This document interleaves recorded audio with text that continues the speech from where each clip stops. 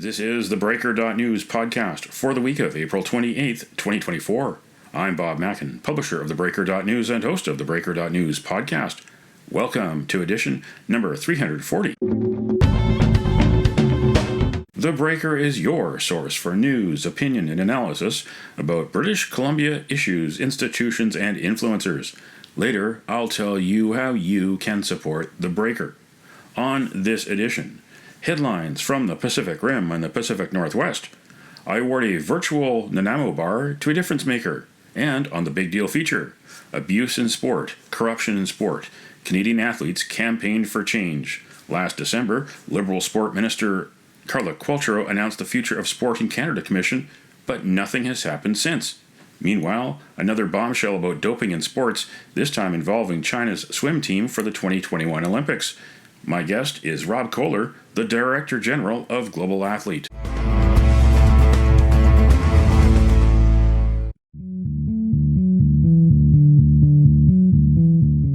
This is the Big Deal feature on the Breaker.news podcast. This is the Big Deal feature on the Breaker.news podcast, and we're talking again to Rob Koehler, the Director General of Global Athlete, which advocates for athletes, for safe sport, for clean sport, for anti-corruption in sport. And we're less than 100 days until the Paris Olympics begin, and never a shortage of controversy for Canadian sport, for world sport. One area that there was supposed to have some headway by now is in cleaning up the Canadian sport system, a crisis in Canadian sport over the last several years of lack of accountability and too much abuse of athletes. Athletes have not felt safe across a number of sports. Some athletes have been victims of criminal acts. Liberal Sport Minister Carla Qualtrough announced the Future of Sport in Canada Commission on December 11th of 2023, and she said at the time that Canadians deserve a sport system that is safe, responsible, and accountable. But it wasn't the judicial public inquiry that many people wanted. She said it would be modeled after the Truth and Reconciliation Commission, and the deadline would be summer 2025, before the next election. Well, it now has a budget, but it doesn't have a start date. I asked Qualtrough's office and was told it would begin in, quote, due course. So now we're less than 100 days to the Paris Olympics, and my guest this week is Rob Koehler, Director General of Global Athlete. And in December, Rob, you said that you were 100% disappointed by the model that Carla Qualtrough chose. Now, we haven't had much headway at all. It's been glacial. We don't know when this is going to begin or who's going to run it.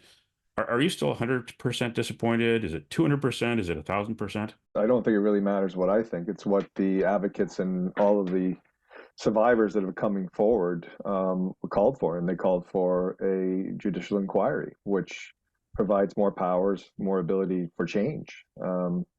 And they were disappointed, and we supported them. They were disappointed with the lesser of inquiries. So not even an inquiry, a commission. And equally disappointed that, one, it took almost 2 years to get even acknowledgement or a potential announcement. And that was, as you said, done in December. And now we are looking at the doorstep of May. And back in December, you recall the minister said the announcement was coming in January. So when you have athletes that come forward and survivors that come forward and nothing has been done, I think there's a lack of trust in the system and a little bit of worry of how meaningful and how purposeful this commission will be. And the devil's in the details. So now that it is a commission, who is going to be on it? What is the independence of these people? What are the terms of reference?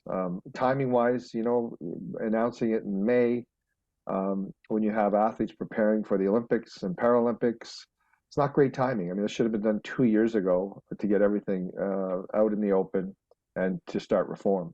Because we know exactly what happens when the Olympic games start to come up, and the Paralympic games is generally people focus on the sport and try to forget about everything else, and try to take the positives away. So I think, as I said, the devil's in the detail. It's disappointing the route they've taken, but now they have a route, and everyone's still waiting to see what that looks like, what it will be, and who's going to do it. I don't think there's a lot of confidence right now from the people that we're calling for it, but it's a wait and see right now. It has a budget now, more than $10 million. That's about all it has publicly. Now, the Canadian Olympic Committee did announce that it signed on to the Center for Sport and Human Rights as an engaged organization. That was effective April 18th. Does this make things better for Olympic athletes in Canada? I think it doesn't. It makes no difference whatsoever. You know, it's the issue in Canada has to be dealt with Canadians and Canadian leaders. Joining the Center for Sports and Human Rights is not going to change anything. It's a commission. It's a organization. I was at their last meeting. Great discussions, great debates. But the question is, what concrete outcomes come from those things, and what changes are emanating from these type of organizations? And as I said, this is a Canadian issue, and you know the Canadian Olympic Committee joining it. I'm not sure any sport should be joining an independent organization. It should be independent when we're talking about human rights, and it should be tasked and staffed with human rights people. And I'm not sure what the value is of bringing national Olympic committees. The Minister of Sport has also been on the advisory group. I'm not sure where the value comes when you were supposed to be independent and really represent human rights for athletes and the sporting movement. Have any of the interim measures that have been announced under current Minister Carla Qualtrough and previous Minister Pascal St-Onge, have any of those interim measures shown any results and made it better for Canadian athletes? I mean, I don't think they've gotten to the root and the rot of the problem. So, you know, it's almost as if I've described it before. You have a hemorrhaging system, and there's band-aids being put everywhere. And band-aids don't last long, and then the hemorrhaging continues. So this commission is coming. As I said, it's not what athletes wanted and the advocates want it. So I think it's a wait and see to see where we're at. I think thus far it's been disappointing for people and for those calling for change. You know, I don't want to prejudge or predetermine what's going to happen in the coming months.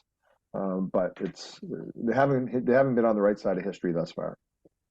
You know, the budget for this commission is going to pale in comparison to what Canadians are going to have to pay federally, as well as those in Vancouver and Toronto for the FIFA 2026 World Cup.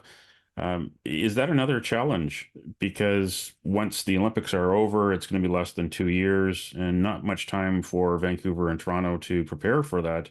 And we still don't know what the price tag is. You know, Toronto has said that its current estimate is $380 million. British Columbia government and City of Vancouver have not updated taxpayers and have not shown the contracts. So here we have another mega event coming to Canada. Two of the cities of the 16 host cities for the 2026 World Cup, the biggest sports tournament in history, and we're really kept in the dark. Welcome to the world of sport. Transparency and is not one of their fortes. And that goes across all sport. You know, and that's we go back to the root of the problem when we look at athlete rights and athletes being able to understand the system and challenge the system. Transparency is crucial, and that's why we've advocated for years on the importance of independent athlete representation and equal seats around the table, to have the ability to look at the statements, financial statements, to look at budgets, where the money's being spent, to make sure there's some oversight and accountability. Commission just finished their report in the U.S., which clearly said that the United States athletes should have the right to be independent of the United States Olympic and Paralympic Committee. They should be able to engage with professional sport unions to help them, guide them in becoming a professional organization, and have the ability to audit those organizations, to say if all this money is going in different directions, why isn't it being put into athletes' hands instead of putting it into education programs or promoting Olympic values? Surely the athletes should be compensated more regularly and more often and better, because the average athlete is living below poverty line.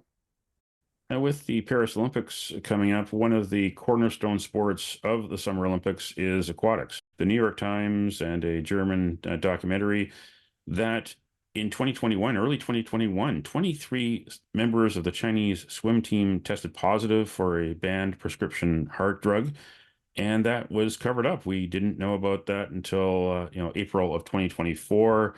China won 6 medals in the pool in Tokyo, including 3 of them gold. But this controversy was kept secret until now, and the latest is that the World Anti-Doping Agency is asking for an independent review by a former Swiss prosecutor. Now, Rob, you have a background with WADA, which, of course, based in Montreal, as a legacy of the whole Ben Johnson scandal. Where do you think that this is going, and why do you think that they kept this secret for so many years?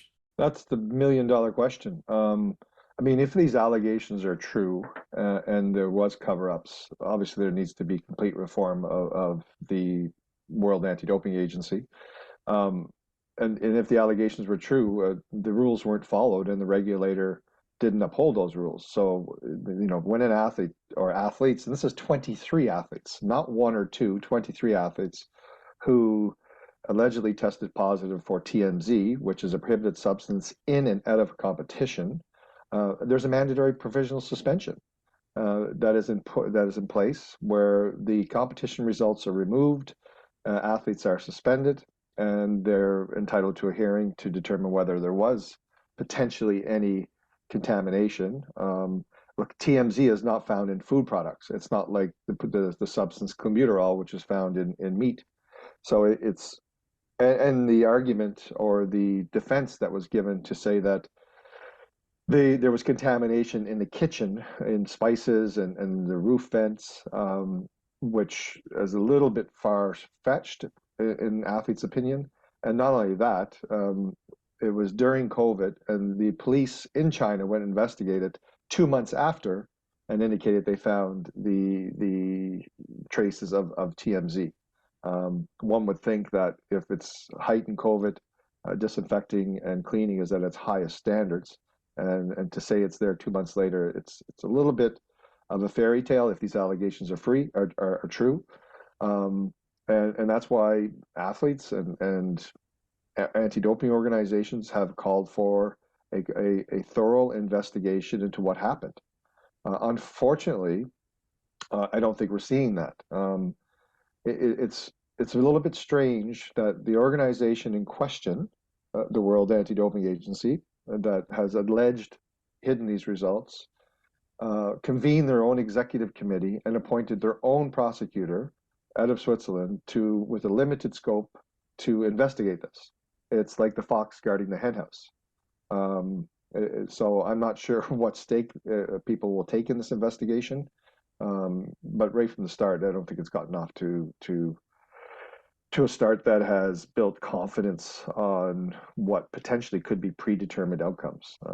Again, these are all allegations, and if you really have nothing to hide, then you should be going to the highest standard possible to have someone truly outside the system that would review with a full scope, not a limited scope. Could politics and economics have gotten in the way of this back in 2021? Because 2021 was the year before 2022, and 2022 was when China was hosting the Winter Olympics in Beijing. Do you think that there could have been some political economic influence in the background to try to keep this quiet because they don't want to upset or embarrass China on the way to the Beijing 2022 Olympics? I don't want to speculate on any of that, on whether there was undue influence. And that's why, if an organization has nothing to hide, then they should be, quite frankly, I mean, let's remove this quasi-independent investigation they're looking at having. If there's nothing to hide, why wouldn't you, first instance, is to release all information, and we've called that for that from Global Athletes' perspective in fair sport. Reality is, if the World Anti-Doping Agency has nothing to hide based on these allegations, the first step that should have been taken is to be fully transparent. So release all emails, correspondence related to this file, release any investigations that may have done or the Chinese may have done, and put it in the public domain. And that's the way you build confidence in the system. We see how the sport world continuously investigates themselves because they have no oversight or accountability. So it's time for the governments of the world that are paying 50% of what a budget, and that money is taxpayers' money, to be an organization that is the most transparent possible. And that way you can let people judge for themselves. You can have people independent of to review it. But the fact that sport continues to investigate themselves, including WADA now, um, where there's no oversight or accountability, there's concerns. And governments need to stand up. These are taxpayers' dollars that are going into funding the World Anti-Doping Agency from nations across the world, and surely they would want some accountability, and they'd want to ensure that the rules of law within the World Anti-Doping Code are upheld, and the World Anti-Doping Agency should and must hold themselves to a higher accountability than anybody else. And in this case, allegedly, they did not. So that's why there's a cloud of suspicion. It's a little bit like a Groundhog Day. When the Russian anti-doping scandal broke, it wasn't the World Anti-Doping Agency that broke it. It was the ARD German documentary, and it was the New York Times, and that forced a independent investigation, two independent investigations into the wrongdoings, but it didn't involve the World Anti-Doping Agency. It involved Russia. Now we have another superpower country in sport that funds a lot of games, hosts the Olympic Games. They've hosted 2 Olympic Games, and they put a lot of money into international sport that have now allegedly been involved in potential cover-ups. And that's got to be a concern for everyone. And the fact that whistleblowers and people have come forward to journalists instead of the anti-doping organizations is telling. And understandably, if there's concerns about the World Anti-Doping Agency allegedly covering up, a whistleblower would never go to an organization that was covering up. So rightfully so, they went to journalists, and journalists have a level of protection that others can't provide through their code of conduct and the ability to protect whistleblowers. So it's an interesting time. I don't think this is over. I think there's going to be calls for more accountability and more independence and a more robust review of what happened. Yeah, only 10 years apart, the Sochi 2014 doping scandal and this unfolding scandal regarding the 2021 Chinese swim team. Thanks again for joining us on the podcast. Rob Koehler, Director General of Global Athlete. Pleasure, Bob.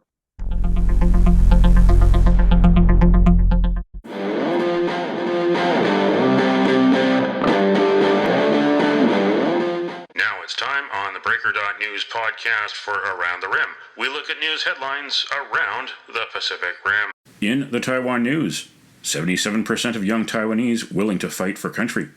An article in The Economist on April 17th said the willingness to fight among Taiwan's youth is relatively high due to the potential of a major conflict with China. Taiwan lengthened its compulsory military service from 4 months to 1 year in 2024.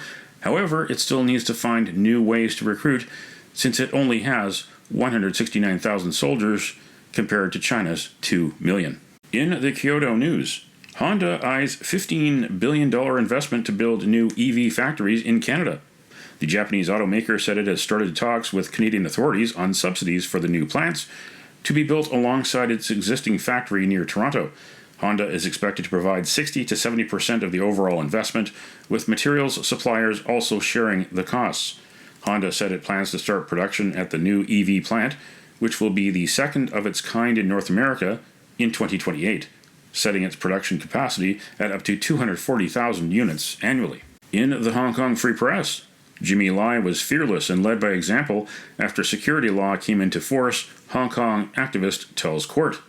Chan Zhihua, who was charged alongside the media mogul, took to the witness stand to testify against Lai for the 8th day. Lai founded the now-defunct pro-democracy newspaper Apple Daily, pleaded not guilty to the charges. According to the prosecution, Lai had lobbied foreign governments to impose sanctions on Hong Kong and China. That's Around the Rim on this edition of the Breaker.news podcast.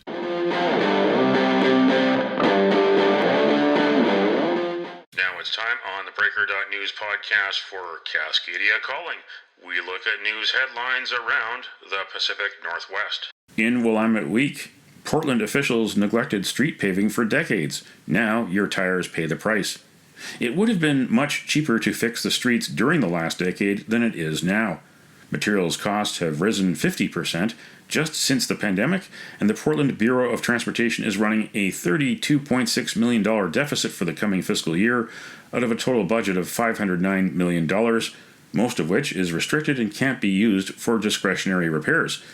Mingus Mapps, the commissioner in charge of the Bureau of Transportation, hopes voters will renew a 10-cent tax on every gallon of gas sold in the city to help pay for repairs. In Crosscut, Whatcom County paid $225,000 to settle sexual harassment complaints. Multiple women accused a public works director, John Hutchings, of inappropriate conduct. Officials helped him get a new job by agreeing not to share the allegations. Hutchings resigned in lieu of termination in October 2022. As a legal condition of Hutchings' departure, county leaders also agreed not to disclose information about his misconduct to future employers. He now runs the Public Works Department for Linden. In the Times Colonist, volunteers work in shifts to protect Emerson the elephant seal from gawkers. Volunteers are trying to protect the elephant seal from everything from selfie seekers to dogs and even tour buses. Emerson the elephant seal should be going through the painful process of molting on a remote beach. Instead, his latest landing spot was Oak Bay Marina after spending a couple of days at McNeil Bay and then Kitty Islet in South Oak Bay. That's Cascadia Calling on this edition of the theBreaker.news podcast. Don't matter what color you are, 'cause love will conquer hate, so you won't stand alone, you won't stand alone.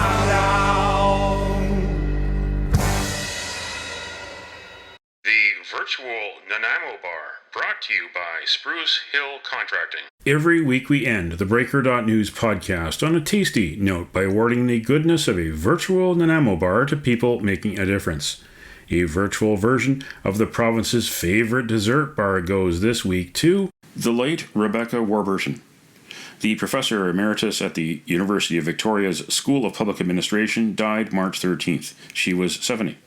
Warburton was an acclaimed health economist and one of the 8 researchers wrongly fired by the BC government in 2012 over an alleged data breach. One of them was her student, Roderick McIsaac, who took his own life.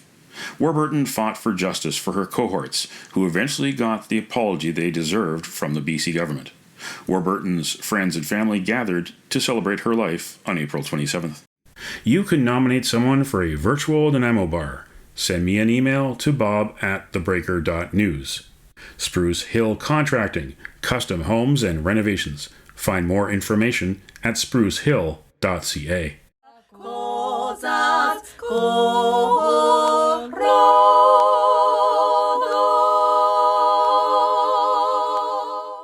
That's it for the Breaker.news podcast for the week of April 28th, 2024. I'm Bob Mackin. Thanks for joining me. Did you know that on the 28th of April in 2004, CBS News aired photographs of American troops torturing Iraqi prisoners at the Abu Ghraib prison? Now you know. Send me your feedback, send me your story ideas to bob@theBreaker.news. Bookmark theBreaker.news. You can also find us at theBreaker.ca. Sign up for the email newsletter, it's free, and get updates to your inbox, or follow the Breaker News on X, formerly Twitter, for news as it happens. And you can support The Breaker for as little as $2 a month. For more information, go to patreon.com/thebreakernews. That's patreon.com/thebreakernews. Until next week.